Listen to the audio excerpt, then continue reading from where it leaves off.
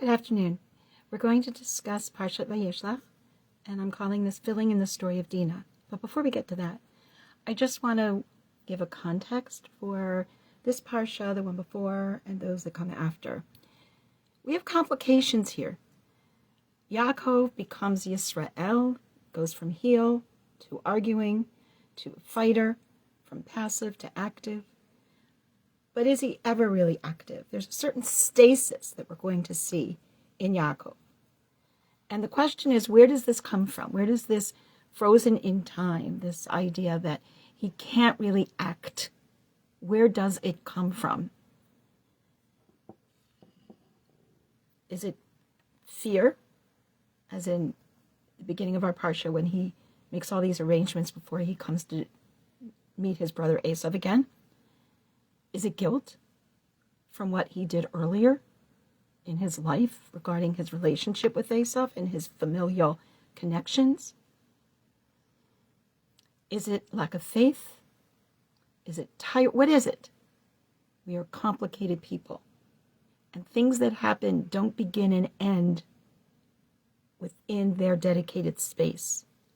But they have a backstory and they leave an impact afterwards. And that's what we are going to see. As we continue with Yaakov on his journey, at this point, it is clear that Yaakov has been so blessed, having successfully navigated his meeting with his estranged brother Esau in the beginning of the Parsha, after sending everything and acting very solicitous toward him. Your servant is here, dividing his people. He returns to Canaan, a wealthy man. He wrestles successfully with an angel, and having taken all the precautions that he took to protect his family and their belongings to the degree that he could. He then chooses to dwell in what might not have been the best neighborhood to choose from for this family, among the Canaanites. And that's where we're going to come into the story this week, in chapter 34, Parak Lamed Daled.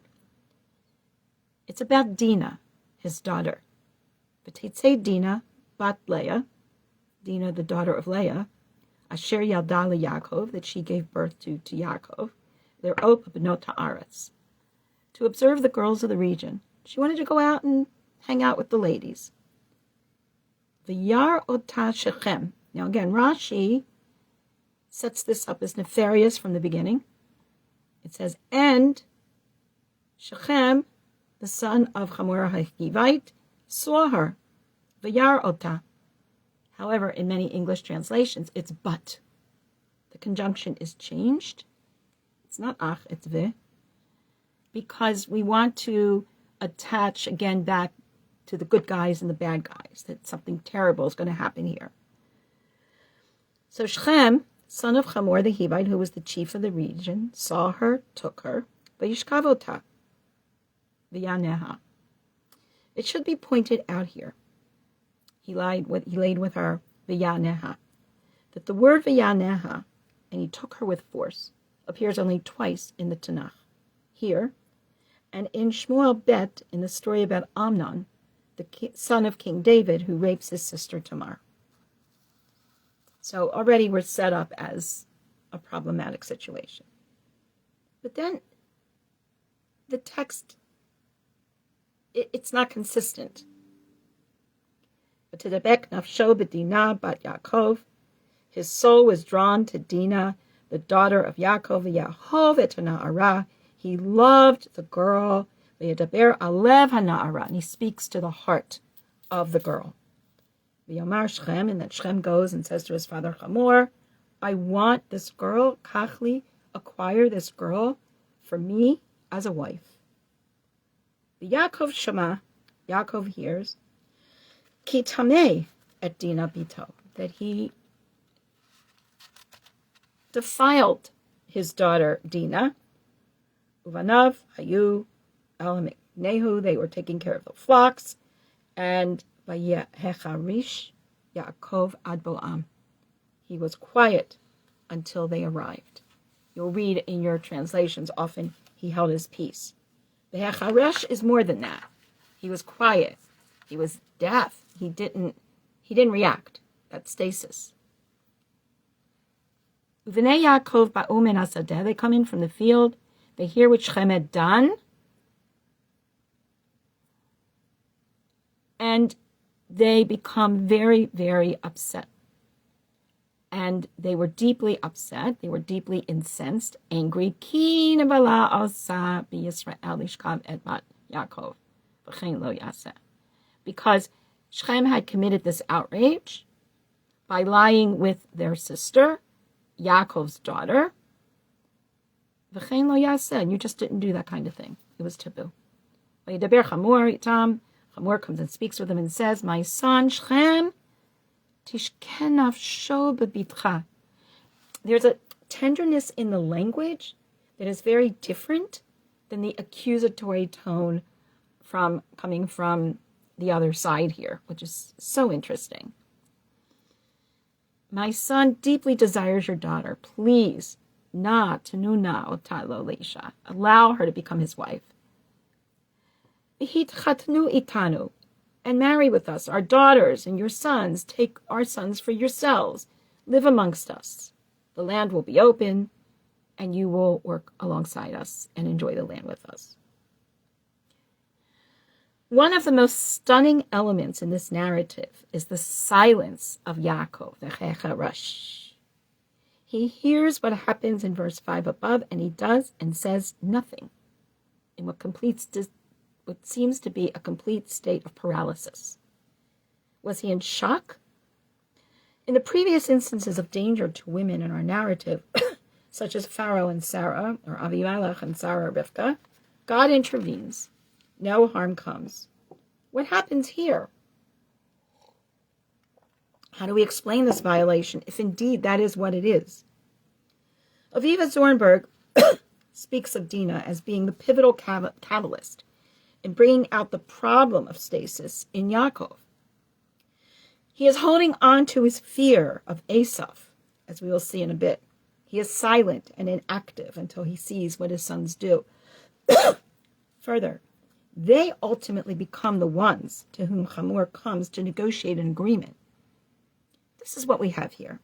It feels like we might be reading two stories simultaneously. One filled with violence and outrage. The second one is of love and desired cooperation and joining two communities together. What separates them? Is it a lack of trust? Is it fear? What is it? How do we reconcile these seemingly opposite elements and explain this? Rashi suggests there is reason for the seeming objectification of Dina, namely, that Yaakov delays in going to Beth El to fulfill his vow after all of his victories. In the Tanchuma, we learn that when we read, God says to Yaakov in 35 verse 1, arise, go up to Beth El, and live there, and make an altar. The altar should be made to God who appeared to you when you were fleeing your brother Esau. The Tanchuma says, go up. Because you waited and you didn't move, lefisha acharta, you delayed to fulfill your vow, ne'anashta, you were punished. Uvalecha zot mibitcha, and therefore this trouble with your daughter comes to you. So here we have another problem. For example, think of Yiftach and his daughter. Yiftach makes this vow, let me do X, and the first thing that comes out of my house, I will offer to God, thinking it was going to be an animal, but of course it's his daughter, and we know that it does not go well. What do we do when these women are not treated as valuable human beings within their own right, but rather as objectified elements? Yaakov says to his household at this point, and to all those who were with him, Hasiru et Elohei hanecha. Remove the idols, these other gods, these foreign gods that you took as spoil from the non-Jews in Shechem, that are in your possession. Purify yourselves and change your clothes. Where was Dina before this point? She is not mentioned, and again, as Nechama Leibowitz points out, Rashi is bothered by this. That night, Yaakov gets up, he takes his 2 wives, the 2 bondwomen, and his 11 sons. Benjamin has not been born yet. And remember, in chapter 32, Dinah's not mentioned, and crosses the ford of the Yavok River. Where was Dinah? Rashi teaches that he had put her in a crate and locked her in there so that Esau would not see her and want to marry her, either to himself or his sons. Therefore, Yaakov is punished for keeping her away from his brother, as she might have brought him back to the right path. So, the irony or the joke is on Yaakov. She falls into the hands of Shechem. So here is where Yaakov's fear may have gotten the best of him. Why did he hide Dinah? Where is Dinah? What is going on here? The Midrash recounts that God was displeased with Yaakov's decision to withhold Dinah from Esau. 1, the Midrash says this was a missed opportunity. God rebuked Yaakov, saying that if he had allowed Dinah to marry Esau, or his sons, her virtuous nature might have reformed them. And this is punishment. Because Yaakov withheld Dinah from his circumcised brother, Esau, he was punished by having her taken illegitimately by the uncircumcised Shechem. This concept of midah keneged midah, right? Measure for measure. The rabbinic teaching frames the rape of Dinah as the direct, tragic consequence of Yaakov's decision. So we still have to ask, where is Dinah? Moving beyond the objectification here. In this manner, we see a nuanced thought in Bereshit Rabbah that Dinah could have brought Esau back to the wholeness of the family and its legacy. In other words, she could have had tremendous power and influence, and instead is relegated to this hidden position because of her father's action. Yaakov had not considered this in being so distrustful of his brother, so fearful. And again, we have to ask, what did he carry with him from the earlier years when he stole the birthright, when he took advantage of his hungry brother? Therefore, he sets this catastrophe in motion, according to many of our commentaries, ignoring the potential positive impact his daughter could have imparted and a potentially completely changed narrative. The most disturbing sequence of events regards Dinah here, the only daughter of Yaakov that is mentioned. However, we are left to ask, are there other daughters? In chapter 37, verse 35, it says, V'yakamu kol banav v'kol banatav l'nachamu. All of his sons, all of his daughters rose up to console him. But he refused to be consoled, for he said, because I will descend on account of my son as a mourner to the grave. And his father wept for him. Rabbi Judah says, twin sisters were born with every tribe, and they married them. This is before we knew about genetics and what can happen, apparently. Rabbi Nehemiah says they were Canaanite women, but what is the meaning of all his daughters? A person, according to Bereshit Rabbah, does not hesitate to call his son-in-law his son and his daughter-in-law his daughter.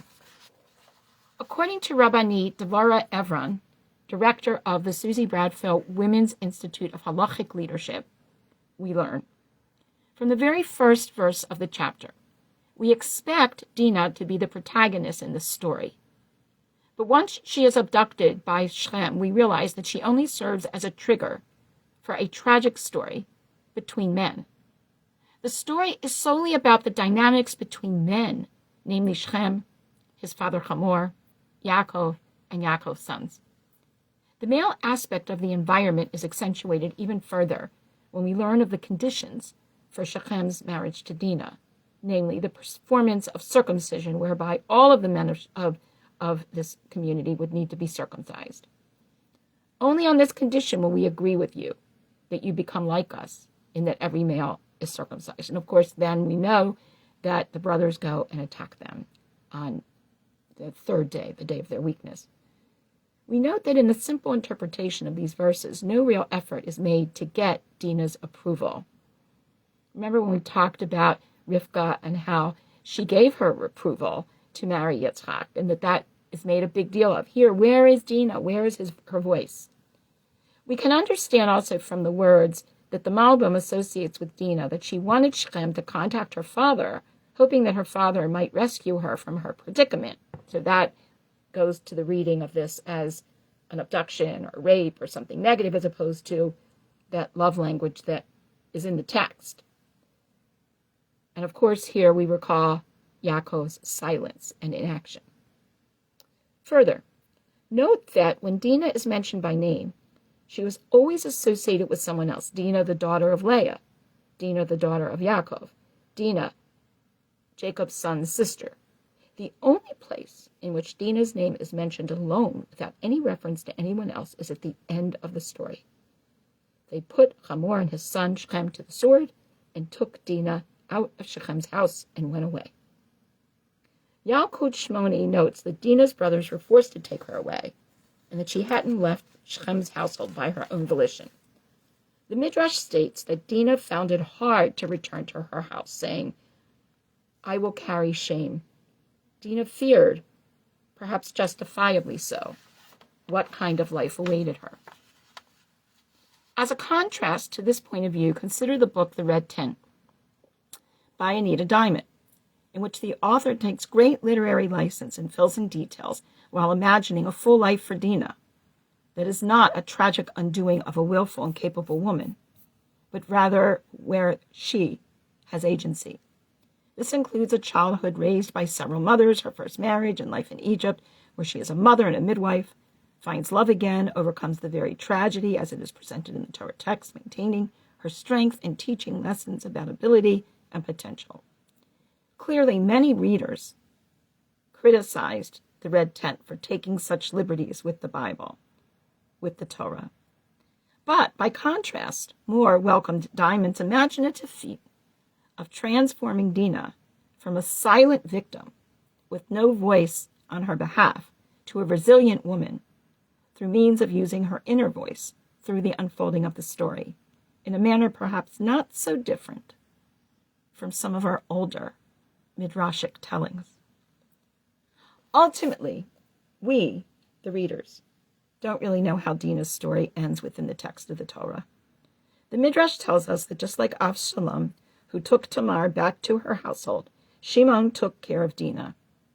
Yet in both cases, the women do not build their own homes, nor maintain the powerful potential that they exhibit earlier in their respective narratives. At the beginning of the story, Dina leaves willfully. Remember, Batetse, she goes out to hang out with the girls. She wants to be on the corner and socialize. It gives the impression of independence and ability to take initiative. She is an active, empowered individual in our narrative. At the end of the story, as it appears, though, she is passive and victimized, and her brothers are the ones who extricate her in her devolved state. While the cultural male-dominant context is understood, there are clearly telling lessons and takeaways here about women and how society may beat down even those who are of repute and take initiative for their actions. These societal views towards women continue to be challenging in parts of our world today, and even in parts of our lives where we don't think that it is such a dominant factor. Whether we recognize this to be the case or not, it is. Further, how we tell the stories of our lives and who gets to have their voice heard can ultimately mean much more in terms of how we understand our situation to be, regardless of the details. Shabbat Shalom, and we will continue next week with Parshat VaYishlach. Lehitraot.